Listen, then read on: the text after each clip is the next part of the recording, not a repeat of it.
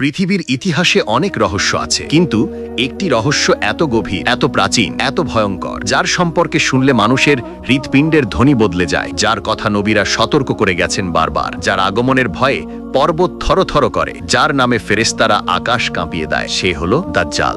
আজকের মানুষ প্রযুক্তিতে উন্নত, সভ্যতায় অগ্রসর, জ্ঞান বিজ্ঞান ছুঁয়েছে আকাশ, কিন্তু একটি সত্য আজও মানুষের সামনে অনাবৃত রয়ে গেছে। দাজ্জাল কোথায়? সে কিভাবে জন্ম নিয়েছিল? কেন সে পৃথিবীর সবচেয়ে ভয়ঙ্কর ফিতনা? কিভাবে সে শেষ সময়ে পৃথিবীতে প্রবেশ করবে? এবং কেন নবী সাল্লাল্লাহু আলাইহি ওয়াসাল্লাম বলেছেন তার ফিতনা আদম আলাইহিস সালাম থেকে কিয়ামত পর্যন্ত সবচেয়ে ভয়ঙ্কর ফিতনা? আজকের এই দীর্ঘ ভয়েস ওভারের প্রতিটি শব্দ তোমাকে সেই রহস্যের গভীরে নিয়ে যাবে যেখানে রয়েছে দাজ্জালের আসল ইতিহাস, তার জন্মের রহস্য, তার অবস্থান আর তার আগমনের প্রকৃত বর্ণনা। এই গল্প শুরু হচ্ছে পৃথিবীর এক ভুলে যাওয়া অন্ধকার কোণ থেকে, যেখানে তরঙ্গগুলো প্রাণহীন, বাতাস গর্জন করে শূন্যতায়, যেখানে সভ্যতার আলো পৌঁছায়নি কখনো, যেখানে রাত দিনের ভেদ নেই, শুধু অপেক্ষা, এক বিশাল বিপর্যয়ের অপেক্ষা। দাজ্জাল কোথায় বন্দী? জুজফা পাহাড়ের রহস্য। সমুদ্রের মাঝখানে একটি দ্বীপ, মানচিত্রে নেই, কোনো জাহাজের রুট সেখানে যায় না, কোনো পক্ষী সেই দ্বীপের আকাশে উড়ে না। সেখানে দাঁড়িয়ে আছে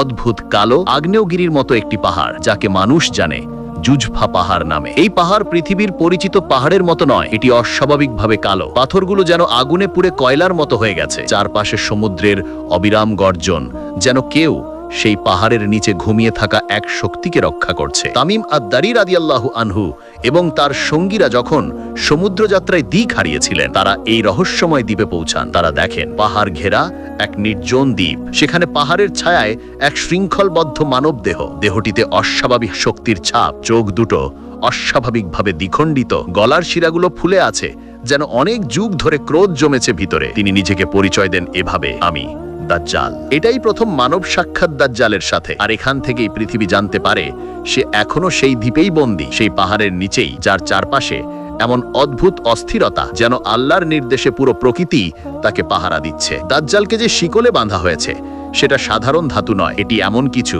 যা মানব জাতির কোনো শক্তিতে ভাঙা সম্ভব নয়। এটি আল্লাহর সৃষ্টি, আর আল্লাহ যাকে রক্ষা করেন বা যাকে বন্দী করেন, মানুষের কোনো শক্তি তা বদলাতে পারে না। সমুদ্র সেখানে আজও অস্বাভাবিক, সেখানে জাহাজ পৌঁছায় না, কম্পাস কাজ করে না, মানুষ খুঁজেও ঠিক সেদিকে যেতে পারে না, যেন প্রকৃতি ইচ্ছা করেই পৃথিবীকে এই সত্য থেকে দূরে রাখছে, যেন দাজ্জাল মুক্ত না হয় তার নির্দিষ্ট সময়ের আগে। দাজ্জালের জন্ম অন্ধকার যুগের সূচনা। দাজ্জালের জন্ম পূর্বের কোনো সাধারণ শিশুর জন্মের মতো ছিল না। তিনি একজন মানুষের পুত্র, কিন্তু তার অস্তিত্ব আল্লাহর পক্ষ থেকে একটি মহা পরীক্ষা। মানব সমাজ যখন ধীরে ধীরে সত্য থেকে দূরে সরে যাচ্ছিল, শিরক, কুফরি, অহংকার, অন্যায় এগুলো যখন সমাজের রক্তে মিশে যাচ্ছিল, তখন দাজ্জালের জন্ম হয়। বলা হয় তার জন্মের পর থেকেই তার মধ্যে ছিল এক অদৃষ্ট অহংকার, এক অদৃষ্ট শক্তি, এক এমন প্রবণতা যা অন্য কারো ছিল না। সে বড় হতে থাকে অস্বাভাবিকভাবে, তার দেহ, তার দৃষ্টি, তার আচরণ সবকিছুই ছিল সাধারণ মানুষের বাইরে। তার একটা চোখ শুকিয়ে গেছিল শিশুকালে,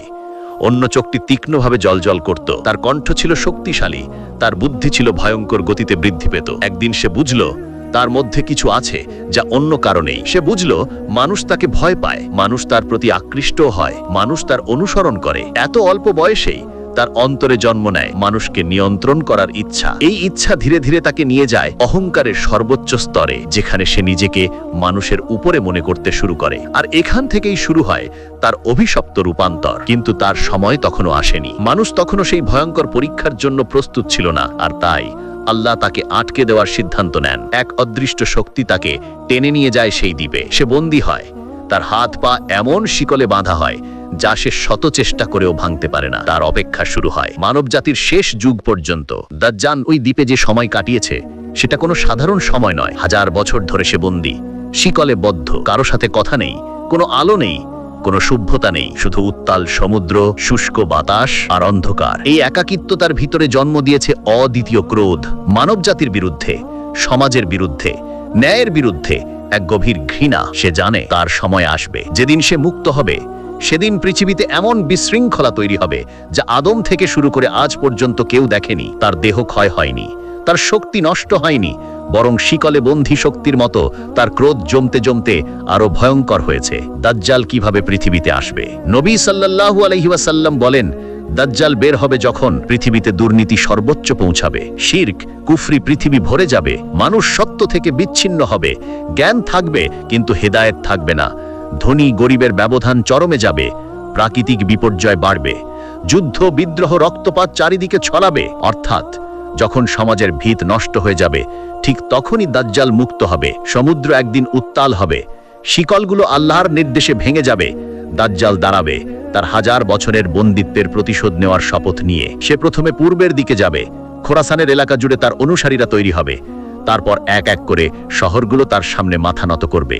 মানুষ তার কথাই বিশ্বাস করবে, কারণ সে মানুষের সামনে করবে এমন সব কাজ যা মানুষ কখনো কল্পনাও করেনি। সে আকাশে অদ্ভুত ক্ষমতা দেখাবে, মরুভূমিকে সবুজ করবে, শূন্যস্থানকে ভরে ফেলবে খাদ্যে, জলবিহীন স্থানে পানি আনবে। কিন্তু অল আর ইলুশনস, সবই প্রতারণা, সবই মানুষকে ফাঁদে ফেলতে। ইমানদাররা তাকে চিহ্নিত করবে, যারা সত্য জানে, যারা কোরআন জানে, যারা আল্লাহকে চেনে, তারা তাকে দেখলেই চিনবে, কারণ দাজ্জালের কপালে লেখা থাকবে কাফের, যা শুধু ইমানদাররাই পড়তে পারবে। সে সবার ওপর রাজত্ব করতে চাইলেও ইমানদারদের ওপর সে কিছুই করতে পারবে না, কারণ আল্লাহ তাদের রক্ষা করবেন। দাজ্জালের শেষ, তার রাজত্ব যত দ্রুত উঠবে তত দ্রুতই পতন হবে।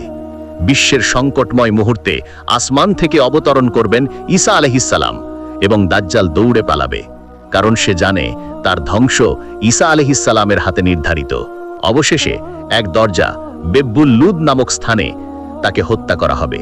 বছরের পর বছর ধরে জমে থাকা তার অহংকার, শক্তি, উদ্ধত্ত সব শেষ হয়ে যাবে মুহূর্তেই। দাজ্জালের শিক্ষা, দাজ্জালের ইতিহাস আমাদের শেখায় যে সত্যের আলো যতই ম্লান হোক, মিথ্যা কখনো স্থায়ী হতে পারে না। মানুষ যত উন্নত হোক, যদি হৃদয়ের ভিতর ঈমান না থাকে, তাহলে দাজ্জালের মতো প্রতারণা একদিন সবাইকে গ্রাস করে ফেলতে পারে। এই কারণেই নবী সাল্লাল্লাহু আলাইহি ওয়াসাল্লাম বলেছেন, দাজ্জাল থেকে বাঁচার জন্য প্রথম 10 আয়াত মুখস্থ রাখো সূরা কাহফের, কারণ তার ফিতনা চোখের, হৃদয়ের, জ্ঞানের, শুধু ঈমানই মানুষকে রক্ষা করবে। এটাই হলো দাজ্জালের অবস্থান, তার জন্মের প্রকৃত রহস্য, তার বন্দিত্বের ইতিহাস, তার আগমনের বর্ণনা এবং মানবতার শেষ পরীক্ষার পূর্ণ বিবরণ।